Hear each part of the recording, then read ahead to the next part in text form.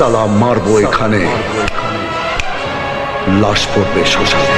জীবনের সবচেয়ে বড় সত্য হলো ভীতিহীন গুজবে কান্না দিয়ে সত্যকে আঁকড়ে ধরা। সম্প্রতি আমাদের সবার প্রিয় মহাগুরু মিঠুন চক্রবর্তীকে ঘিরে ছড়িয়ে পড়া বিভ্রান্তিক খবর আমাদের মনে করিয়ে দেয় যে সত্য যতই কঠিন হোক, মিথ্যার অন্ধকার তার দীপ্তিকে কখনোই ঢেকে রাখতে পারে না। যখন মিঠুন চক্রবর্তীর মৃত্যুর ভুয়া খবর ছড়িয়ে পড়ছিল, তখন কোটি মানুষের হৃদয়ে নেমে এসেছিল গভীর উদ্বেগ। কিন্তু আসল খবর হলো তিনি সামান্য অসুস্থ হয়ে হাসপাতালে চিকিৎসাধীন আছেন এবং তিনি সুস্থ হয়ে উঠেছেন। এই ঘটনা আমাদের চোখ খুলে দেয় যে লাইক বা ভিউজের চেয়ে মানুষের জীবনের মূল্য অনেক বেশি। যে কোনো কঠিন সময়ে গুজবে কান্না দিয়ে দায়িত্বশীল হওয়াটাই আমাদের মানবিক কর্তব্য।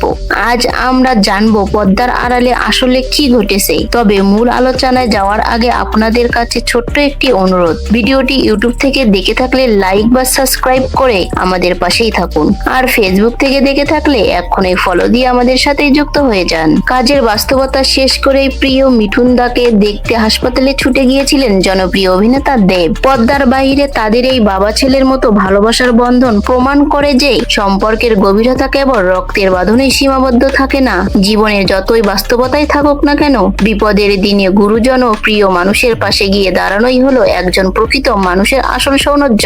মিঠুন চক্রবর্তী কেবল একজন অসাধারণ অভিনেতা নন, তিনি এক চিরন্তন সংগ্রামের প্রতীক। এক সাধারণ পরিবার থেকে উঠে এসে কেবল নিজের মেধা, অক্লান্ত পরিশ্রম আর আদম্য আত্মবিশ্বাসের জোরে তিনি কোটি কোটি মানুষের হৃদয়ে স্থান করে নিয়েছেন। জীবনের প্রতিটি মোড়ে তিনি প্রতিকূলতাকে জয় করেছেন। তাই কোনো শারীরিক অসুস্থতা বা মিথ্যা গুজবে এই লড়াকু জীবনকে থমকে দিতে পারে না। তিনি আমাদের শেখান, জীবন যতবার আঘাত করবে ততবার দ্বিগুণ শক্তিতে ঘুরে দাঁড়াতে হবে। মানুষের ভালোবাসার প্রার্থনার চেয়ে বড় কোনো ঔষধ পৃথিবীতে নেই।